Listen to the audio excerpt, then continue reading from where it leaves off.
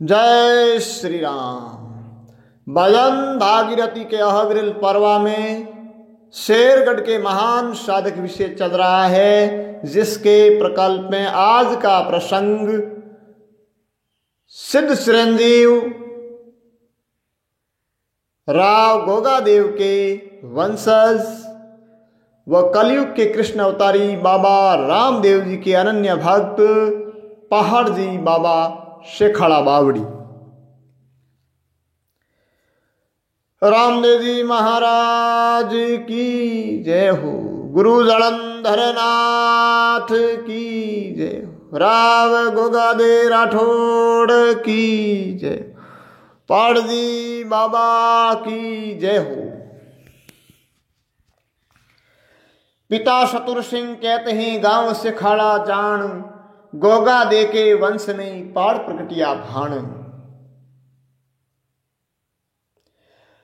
इस मारवाड़ मरुकांतार में मारवाड़ के संस्थापक राव सिंह जी के वंशज दानेश्वर राठौड़, मारवाड़ का मारवाड़धीश राव सुंडा के बड़े भाई राव गोगादेव वीरमोत राठौड़, जिनके 5 भाई थे, राव देवराज, राव विजय सिंह, राव जय सिंह और राव गोगादेव और राव चुंडा। तो राव गोगादेव, जिसका गोगादेव परगना थड़ी मारवाड़ में है, तो उस गोगादेव परगना के शेखाड़ा गांव में राव गोगादेव के वंशज में शतुर सिंह जी के घर आपका अवतरण हुआ। यानी पहाड़ जी बाबा पहाड़ सिंह जी का अवतरण राजस्थान राज्य में जोधपुर जिला की शेरगढ़ तहसील में गोगादेव परगना के शेखाला गांव, वर्तमान में शेखाला बावड़ी गांव है, वहां गोगादेव वंशीय ठिकाना है शेखाला, जहां शतुर सिंह जी गोगादेव राठौड़ के घर आपका अवतरण हुआ। आप जन्म से होनहार तेजस्वी बालक थे। जिन दिनों आपका आविर्भाव हुआ उन दिनों साधन संपन्नता का नितांत अभाव था। इस मारवाड़ में हर तीसरे दूसरे साल अकाल पड़ जाता था, अनाज नहीं थी। यह ऐसी विविध परिस्थितियां थी, क्योंकि हमारा इस शेरगढ़ का जो पूर्व प्रवेश है इस स्वतंत्रता से पहले, अब वर्तमान में तो इस वैश्विक विकास के क्रम में विकास जरूर हुआ है, सुविधाएं हुई है, लेकिन पहले परिस्थितियां विपरीत थी। इनका पूरा परिचय एक बार में, और जहां शेरगढ़ परगना स्थित है उस अंचल से संबंधित ये मारवाड़ और जैसलमेर राज्य के बीच सीमांत प्रदेश शेरगढ़ शुष्क और अर्धबंजर विस्तीर्ण मरु प्रदेश में विरल और विशृंखल बसे गांव तथा ढाणियां, ऐसी स्थिति थी उस समय जिस समय पहाड़ी बाबा का अवतरण हुआ था।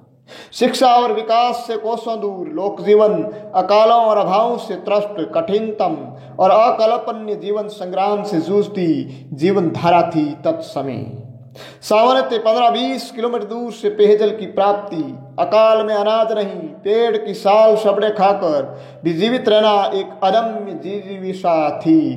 तत्समय मानव में अकल्पनीय अविश्वसनीय दृश्य है यह, परंतु नितांत सत्य है कि इतनी विकट परिस्थितियों में भी जीवन का उष्ण सूखा न क्षीण हुआ। जीवंत मर्यादित व संयमित पुरुषार्थ से लबरेज मान्य मूल्यों को बेजोड़ रंगमंच यथाड़ शेरगढ़ कहा है 18 पानी ऊंडो, जो मिनख भी ऊंडो है शिशलो नहीं। इस जीवनी शक्ति के प्रणेता प्रकाश पुंज ये साधक संत महात्मा व परोपकारी विभूतियां, जिनकी अमृतम वाणी के कारण लोकमानस में निराश हुआ न टूटा, बल्कि इन साधकों की ज्ञान भक्ति व कर्म की त्रिवेणी ने यहाँ ऋत चक्र को जीवंत रखा, थामे रखा। इस अंचल का कोई भी गांव इन विभूतियों से वंचित या उपेक्षित नहीं रहा। ऐसे पहाड़ी बाबा जैसे महान विभूतियों का अवतरण हर गांव में होता रहा। श्रीमद् भगवत गीता के अनुसार नित्य अवतार के रूप में धर्म संस्था प्रथा संभावन युगे युगे का यह अमृत शंखनाद इस बालुका के कण कण से होता रहा और होता रहेगा। ऐसी दिव्यता है इस मारवाड़ की बालुका। तो एक समय जब आपकी आयु लगभग 20 वर्ष की थी, तब जत्ते के साथ ऊँट लेकर नाज के लिए सिंध प्रदेश गए। तत्कालीन ऐसी विषम परिस्थिति थी, अकाल पड़ जाता तो अनाज के लिए वह सिंध प्रदेश जाना पड़ता, जो वर्तमान में पाकिस्तान में है। तो अपने जत्ते के साथ वहां गए, जिसको कतार कहते थे मारवाड़ी भाषा में। वापस आते वक्त 70 किलोमीटर की शून्य वन में आपकी ऊँटनी पंगु हो गई। ऐसा निर्जन वन नहा गया 70 किलोमीटर, जहां आपकी ऊँटनी पग से पंगु हो गई, पंगुली हो गई। आपने साथियों से कहा, मैं यहाँ बैठा हूं, आप घर जाकर ऊँट लेकर जल्दी आना, पानी का पात्र मेरे पास है, कहीं से पानी लाएंगे, अभी तो है इसमें। और ये सुनकर सब साथी रवाना हो गए, क्योंकि सब साथी भी वहां रुके तो पीछे अनाज नहीं, घर वाले क्या खाएं, गांव वाले क्या खाएं। तो आप वहीं बैठ गए। ऊंट कतारें लद रही, रण तालरिए मायूं, पहाड़ बालक ऊँटनी पग से पंगु थाए। पहाड़ जी जन्म से रामदेव जी महाराज का गुप्त ध्यान किया करते थे, बाबा के अनन्यता में सदा मगन रहा करते थे। पूर्व जन्म से रामदेव के परम भक्त थे। भक्ति जन्म जन्म की होती है। कहते हैं कि भक्त बीज पलटे नहीं, जो जन जाए जो जुग जाए अनंत, यानी कितना भी समय व्यतीत क्यों न हो जाए, लेकिन भक्त बीज कभी बदलता नहीं है। उस समय आप अपने इष्ट का ध्यान करने लगे कि अब बसाने वाला कोई नहीं है, मेरा सामरा ही बसा सकता है। उस अखंड एक ध्यान करने बैठ गए, जिसे समाधि लग गई। जब तक बाबा नहीं आएंगे तब तक मैं ऐसे ही बैठा रहूंगा। हे बाबा, इस शून्य निर्जन क्षेत्र में कोई मेरो नहीं है, बहुत भयावह जंगल में कोई मेरा नहीं है। हे बाबा, हे राम सापीर, हे अजमल अवतारी, ऐसी प्रार्थना करते करते ध्यान आस्त हो गई। साथियों सब कूच किया, बैठा बालक एक, सायल पहाड़ कर रहे राखे बाबा टेक। घोर जंगल, चारों ओर सन्नाटा, जंगली हिंसक जानवरों की गर्जना हो रही। बाबा प्रार्थना करते हुए, सायल करते हुए रामदेव जी की ध्यान में मस्त हो गई। लगभग रात की 12:30 होने जा रही थी। उस समय घड़ियां नहीं थी, लेकिन तारे नक्षत्र देख करके, प्रकृति को देख करके समय का अंदाजा लगाया जाता था। अचानक दिव्य प्रकाश हुआ और एक घोड़ा लिए हुए आप्त पुरुष, तेजस्वी पुरुष, एक दिव्य पुरुष सामने खड़ा पुकार रहा है, भगत भगत उठो, यहां निर्जन वन में क्यों बैठे हो? भक्त भक्त। अचानक भक्त ध्यान निद्रा से जागृत में आता है तो सामने धनी को देखकर, अपने स्वामी रामसा पीर को देखकर, रामदेव जी भगवान को देखकर प्रश्न होता है और कहता है, स्वामी जी, हे मेरे समरा, हे धनी, मेरी ऊँटनी पैर से पंगु हो गई, उनका पैर टूट गया, कैसे जाऊं मेरा साहिबा, हे मेरे मालिक। भक्त झूठ बोलता है, रामदेव जी यानी भगवान कहते हैं कि भक्त झूठ बोलता है, तुम ऊँटनी बिल्कुल सही है। ऐसे कहते हुए रामदेव बाबा ने ऊँटनी पर हाथ दिया, ऊँटनी खड़ी हो गई। देख भगत, बिल्कुल ठीक है ना? पहाड़ जी कहते हैं कि मैं अकेला अनाज का बोरा ऊपर रख नहीं सकता। जब ऊँटनी खड़ी हुई तब बाप जी को पहाड़ जी को पहचान हो गई कि मेरे धनी सब सर्वसमर्थ हैं, उनके आशीर्वाद से हो गई। तब उनको कहा, मैं अकेला इस पर, ये जो अनाज का बोरा है जिसको साटी कहते हैं, ये साटी ऊपर मेल नहीं सकता। तो रामदेव जी ने कहा, सामने से पकड़। इस प्रकार रामदेव जी व पहाड़ जी उस साटी को, उस अनाज के बर्तन जो था उसको ऊपर ऊँट के ऊपर में बांधा, पैक किया। रामा पीर दर्श दिया, हुई उठनी त्यार, साटी बोरा धराय के लेता सार संभार। आश्चर्यजनक चमत्कार देखकर पाड़ जी पैरों में पड़ जाते हैं। बाबा ने कहा, भक्त, मैं जो कहता हूं उसके अनुरूप तुम चलना, तेरी जय जयकार होगी। प्रथम तो यह है कि अगर आपकी मनोइच्छा न हो अभी तो फिर शादी मत करना। अगर प्रारब्ध से शादी हो जाए तो बकरी मत रखना। बैल नसबंदी मत कराना, जा भगत तेरी 7 पीढ़ी पीर होंगे। आनंद आनंद होगा। उसी क्षण रवाना हो जाते हैं पाड़ जी और भगवान की कृपा से अपने साथियों से पहले घर पहुंच जाते हैं। पीछे से साथी आते हैं, तब सभी लोग असमंजस में पड़ जाते हैं। पूछने पर पहाड़ जी सारा वृतांत सुनाते हैं और अपने खेत में खेजड़ी वृक्ष के पास बाबा की चरण पादुका स्थापित करते, सुबह शाम पूजा अर्चना करते हैं, जहाँ फिर कालांतर में एक मंदिर बनता है, जो बाबा का, रामदेव जी का पुराना मंदिर आज भी अवस्थित है।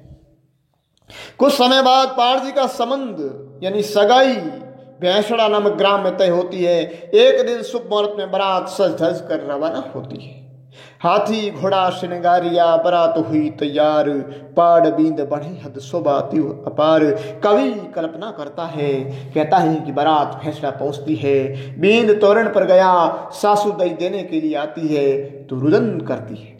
पहाड़ के अनुभव प्रकाश था। वे समझाते हैं और कहते हैं कि रुदन क्यों करते हो सासू जी? 7 लड़कियां होगी लगातार, उसके बाद एक लड़का होगा।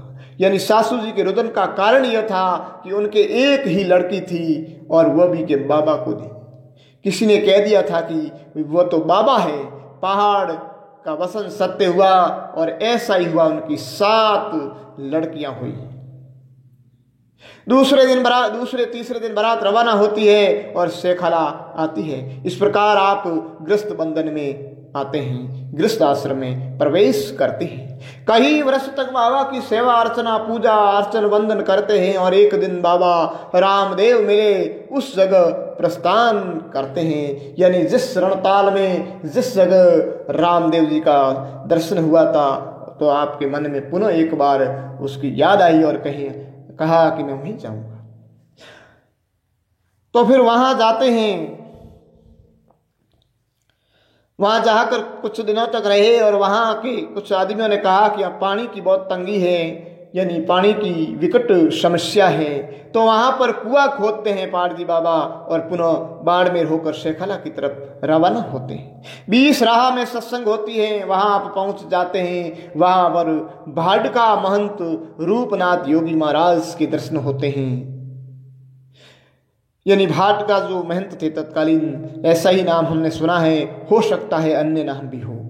अलौकिक शक्ति के दर्शन कर चरण पकड़ लेते हैं। गुरुजी ने उपदेश दिए, 7 दिन तक चरण सेवा में रहकर पुनः गांव पधारे। गुरु करणरी मन भई भाडका मट स्थान, रूपनाथ गुरु भेटिया हो गया ब्रह्म ज्ञान। शेखाला में पानी की समस्या को देखते हुए एक दिन बाबा जी के मन में बावड़ी बनाने पर विचार आया।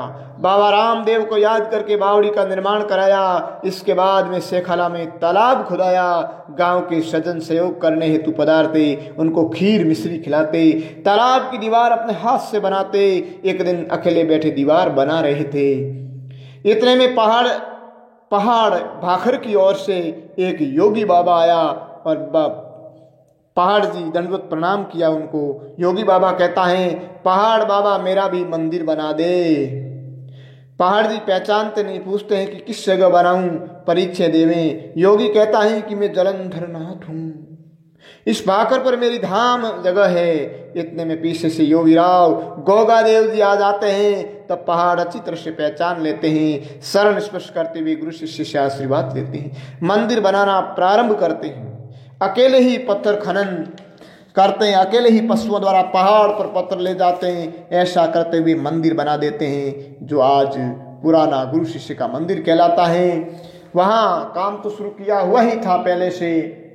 बाबा रामदेव जी का मंदिर बनाने का उनका विचार था और इसी विचार और धारणा से काम शुरू कर दिया था। पर राव गोगादेव राठौड़ और गुरु जलंधर नाथ के आशीर्वाद से फिर वहाँ रामदेव जी का मंदिर न बना करके गुरु जलंधर नाथ और राव गोगादेव राठौड़ का मंदिर बनाया।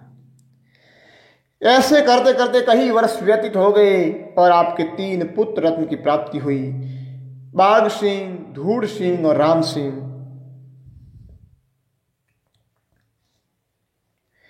राम सिंह की 3 पुत्रियां हुई।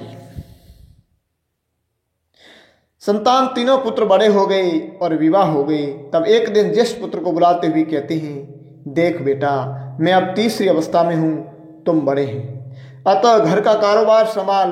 पुत्र कहता है, आज्ञा श्री पिताजी। आप चरण पादुका पर गूगल धूप करते, निस्दिन बाबा की भक्ति मगन रहते और घर का कारोबार धीरे धीरे सभी पुत्रों ने संभाल लिया। एक दिन गुरु दर्शन की मन में पिपासा हुई, जिज्ञासा हुई, गुरु मिलन की ललक जगी। तब घोड़ी लेकर गुरुद्वारा जाते हैं। वहां पर गुरु जी से ज्ञान, भक्ति, योग, त्रिवेणी संगम की बातें सीखते हुए षट क्रिया शिखा, नेति, धोती, गज क्रिया, त्राटक, न्योली, वस्ती, सब जो नाथ संप्रदाय के अनुरूप योग की साधना होती है वह भी सीखते हैं। खेचरी मुद्रा साधन करके पद्मासन दृढ़ करते हैं। इस प्रकार समस्त गुरु जी की सनिधि में योग अभ्यास करते और भक्ति प्रचार करते हुए गुरु शिष्य दोनों गांव मुखाब जाकर धुनी लगाते हैं। मुखाब गांव जो बाड़मेर जिले के अंतर्गत आया हुआ है। गुरु जी उसी धुनी पर रहते हैं और आप सिंध प्रदेश में भक्ति प्रचार हेतु चले जाते हैं। कुछ दिन प्रचार करके एक दिन मुखाब धुना पर पधारे और गुरु जी से कहा, बाप जी, घोड़ी प्यासी है तो पानी मंगवाएं। तब गुरु जी ने सभी सज्जनों को आदेश दिया कि एक एक लोटा भर करके लावें। सर्वजन अपने अपने घरों से पानी लेकर आए। घोड़ी पानी पीती है। पहाड़ जी ने कहा, निर्जल क्षेत्र है, तब घोड़ी पानी पीना बंद कर देती है। पहाड़ जी घोड़ी को समझाते हैं कि घोड़ी यहाँ निर्जल क्षेत्र है, यहाँ जल की कमी है, इसलिए बहुत इतना भी।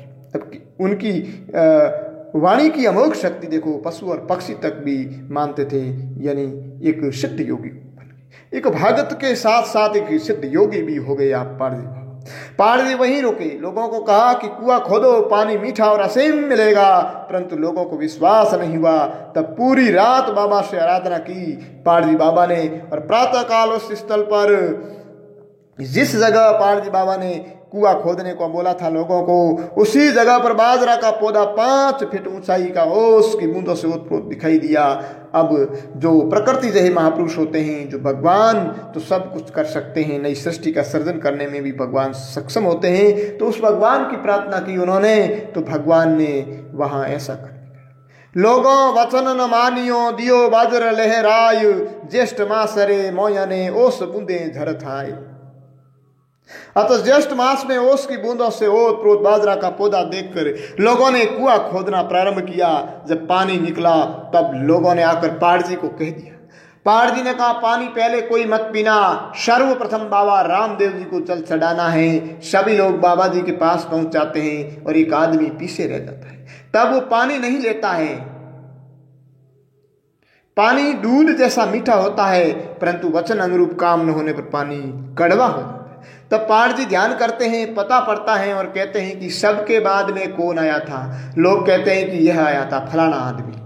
तो पहाड़ जी पूछते, पानी कैसा था? वो कहता, पानी बहुत मीठा दूध तुल्य था। पुनः बाबा जी रामा पीर भगवान रामदेव जी को गूगल धूप करते और बबूती आखा लेकर कुएं में डालते और कहते हैं, जब कभी भी पानी नमकीन हो जाए तो मेरे वंशज को लाकर बबूती आखा डलवा देना, पानी मीठा हो जाएगा। समय समय पर वंशज वहां पधारे और पानी पुनः मीठा हुआ। भगतों पर कृपा करी पाड़ जी महाराज, जड़री तंगी मेट दी कुआ खुदा साज। वहां से पाड़ जी घूमते हुए अखधड़ा गांव चले गए, जहां ग्रामीण जन पशु पक्षी सभी त्राई कर रहे थे। पानी की बड़ी समस्या थी। वहां गांव के कुएं का पानी खारा था। बाप जी ने रामदेव जी को याद करके पानी मीठा कर दिया। अखदरा ग्राम में कुएं का पानी मीठा करके पहाड़ जी शेखला की ओर रवाना हुई। सत्संग प्रवचन देते हुए रामदेव बाबा का प्रचार करते हुए भूंगरा ग्राम में रात को घोड़ी चढ़े हुए जा रहे थे। बाबा रामदेव जी के शायरों यानी आराधना भजन की आवाजें कानों में सुनाई दी। आवाज की दिशा में सीधे पहुंच गए। बाप जी का पक्का नियम था, जहां कहीं भी बाबा रामदेव जी का जागरण होता वहां पहुंच जाते थे। घोड़ी से नीचे उतरकर घोड़ी खेजड़ी वृक्ष से बांधकर जमा में पधार गई। जान पहचान वाले लोगों ने कहा, आओ बाबा जी आओ, अर्थात आगमन के लिए आदर शब्दों से स्वागत किया। चर्चा होने लगी। किसी ने कहा ये तो साक्षात बाबा रामदेव का अवतार है, किसी ने कहा इनको बाबा रामदेव साक्षात दर्शन देते हैं हरजी भाटी की तरह। अज्ञानी मूढ़ आदमी ने कहा एक, क्योंकि हर जगह एक मति के मनुष्य होते नहीं हैं, कहा कि ऐसे रामदेव साक्षात दर्शन देते हैं और रामदेव के अवतारी हैं तो इस सूखी लकड़ी को हरी कर दें, कोपड़ लगा दें। ऐसा सुनकर आप एक दीवार के सहारे बैठ गए। बाबा रामदेव की आराधना शुरू कर दी मन ही मन।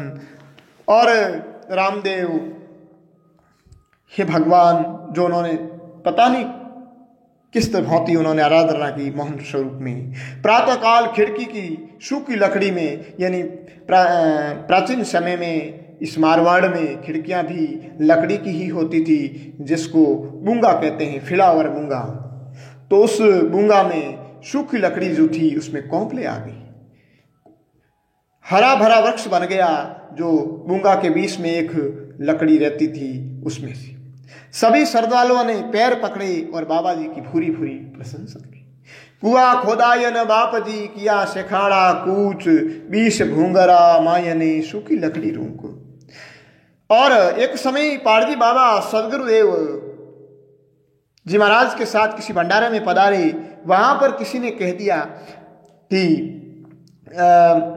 रूपनाथ के भंडारा बहुत बड़ा किया हुआ है, अतः इनको पहले सीपी दें, क्योंकि प्राचीन समय में आज भी है लेकिन कम है। लोग जिनके भंडारा नहीं किया होता था उसको मैणी देते थे, उसको ताना देते थे। इसलिए ऐसा सुनकर पाठ जी ने मन में विचार किया कि अब कुछ भी हो जाए लेकिन गुरुदेव की भंडारा करने की पक्का करेंगे। मन में पक्की ठान ली। पुनः मठ में आकर गुरुजी से कहा, आप तीर्थाटन पर जाएं, मैं भंडारे की तैयारियां करता हूं। सदगुरुदेव तीर्थाटन पर पधारे और आप सीधे बालोतरा पहुंचे। बालोतरा शहर से बाहर एक कुटिया में एक सेठ लेटा हुआ था। पाठ जी ने कहा, सेठ जी यहाँ क्या लेटे हुए हो? सेठ ने कहा, किसी बात की कमी नहीं है, महल कोठी धन खजाना अनंत है, परंतु मेरे कुष्ठ रोग हैं, शरीर ठीक, जिनकी वजह से मैं यहाँ पर पड़ा हूँ। घर वाले मेरे नजदीक नहीं आते हैं, मुझे एक तरफ ही रखते हैं। बाप जी ने कहा, सेठ जी खड़े हो जाएं और धूप में आ जाएं। वो धूप में ले गई। उस कुछ समय तक सेठ जी को धूप में बैठा दिया और आप रामा पीर भगवान रामदेव को गूगल धूप से याद करते रहे। 250 ग्राम आग का दूध लेकर आए और बबूती व आग का दूध मिलाकर संपूर्ण शरीर पर मालिश कर दी। सेठ का शरीर अल्प समय में कंचन तुल्य हो गया। यानी आग का दूध और बबूती तो से ठीक नहीं होता है, ये कोई आयुर्वेदिक औषधि तो पता नहीं होगी, पर बाबा के चमत्कार से उन्होंने ऐसा किया। सेठ और बाप जी सेठ जी की दुकान पर गए। सेठ जी का शरीर कंचन के समान देखकर सभी हर्षित हुए। बाप जी को आसन दिया। कुछ समय तक पाल जी ने वहां पर बाबा रामदेव की लीला सुनाई। पाल जी ने कहा, मेरे गुरु महाराज के भंडारा करना, इसलिए ये सामान की सूची है, इतना सामान तोल कर पैक कर दे। सेठ जी ने सामान तैयार कर दिया। पाल जी ने कहा, कितने रुपए हुए? बिल्टी दीजिए। सेठ ने कहा, कोई बिल्टी नहीं, सब सामान आपका ही है, जितनी आवश्यकता हो ले जाएं। पाल जी के बार बार कहने पर भी रुपए नहीं लिए। गुरुजी तीर्थाटन पे पधारे, तब अच्छा भंडारा किया। बैठ बाप जी सोचियो, बालोतरा ने जायु, कोड सेठरी दूर कर गुरु भंडारा करायु। पाल जी ने आग के दूध से कुष्ठ रोग ठीक करना और लाल मिर्च आंख में डालकर आंखें ठीक करना, ऐसे आश्चर्यचकित कई चमत्कार दिए। यानी आंख और इस लाल मिर्च से ऐसा कभी इलाज नहीं होता है, औषधि में नहीं है, लेकिन पाल जी बाबा ने एक अद्भुत चमत्कार कर दिया उस जनमानस को। आजीवन दीनहीन लाचार की सेवा में समर्पित रही। साधारण धोती कमीज वेश, साधारण गृहस्थ में माला योग साधना की और सर्वोच्च शिखर पर पहुंची। गृहस्थ धर्म में रहते हुए जन कल्याण व आत्म कल्याण की राह बताई। शेर के महान साधक व बाबा रामदेव के परम भक्त हुए। अंतिम शरीर गांव मुखाब में महत समाधिस्थ हुआ, जहां धाम बना हुआ है। अनंत श्रद्धालु मनोती मांगने हेतु पधारते हैं। बाबा मनोकामनाएं पूर्ण करते हैं। शेखारा बावड़ी पर पन्ने सिंह जी कप्तान भाटी गढ़ा द्वारा निर्मित भव्य मंदिर हैं, बहुत अच्छा चमत्कार है। और चमड़ी व नेत्र संबंधी किसी प्रकार का रोग नाम मात्र से ठीक हो जाता है। निसंतान को संतान और उनके पुत्रों द्वारा आखा बबूती देने पर संतान प्राप्ति होती है। कप्तान पने सिंह भाटी योगी विवेकनाथ के शिष्य थे, जो नवल आश्रम की परंपरा में धार्मिक वृत्ति वाले थे। उन्होंने सधर्मिनी सहित जाकर शीश झुकाया। बाबा जी के पुत्र बाघ सिंह ने आखा बबूती देते हुए कहा, मुरारी देंगे मोवन। अतः कृष्ण अवतारी बाबा रामदेव की कृपा से पुत्र की प्राप्ति हुई। सच्ची श्रद्धा से जो कोई आता उनका काम पूर्ण होता है। पाठ जी बाबा की जय हो। वर्तमान में जो पाठ जी के करकमला द्वारा रामदेव जी बाबा की चरण पादुका स्थापित है, जो पुराना मंदिर है, और एक पाठ जी बाबा का जो मंदिर बना हुआ है, वहाँ सेवा पूजा अर्चना उनके वंशजों द्वारा की जाती हैं, जिनमें मुख्यतः चैन सिंह जी, सुमेर सिंह जी, देवी सिंह जी, नरपत सिंह जी,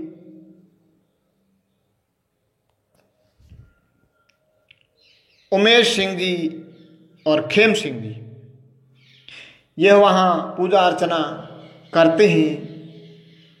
और मुख्यतः ये बहुत बड़ा वंश है, काफ़ी परिवार है इनके, लेकिन मुख्यतः जो ये नाम मैंने यहाँ आपको बताए हैं। और वहाँ मुखाब में भी जो बाबा का मंदिर बना है, वहाँ भी पूजा अर्चना होती है। और शेखाला बावड़ी पर भी एक नूतन दिव्य और भव्य मंदिर का निर्माण करवाया है, जिनकी प्राण प्रतिष्ठा भी अभी शनिवार और 5 दिसंबर को है, जिनमें कई संत महात्माओं की पवन साध्य में संपन्न होने चाह रही है। मठों के राजा खरंटिया के महंत, मारवाड़ के शंकराचार्य श्री श्री 1008 श्री महंत कृष्ण भारती जी महाराज, श्री श्री 1008 महंत श्री गोकुलगिरी जी महाराज बाड़ी का थान बालेश्वर, श्री श्री 108 महंत मूलगिरी जी महाराज राता भाकर बालेश्वर, और श्री श्री 108 श्री प्रेमाराम जी महाराज महंत रामद्वारा भालू प्रभृति संत महात्माओं महंत के पावन सानिध्य में प्राण प्रतिष्ठा का कार्यक्रम संपन्न होने चाह रहा है। यानी आज भी वहाँ के भक्तों की श्रद्धा आस्था बाबा में, रामदेव जी में और पहाड़ जी में वह की वह है। जय जलंधर गुरु श्री गोगादेव।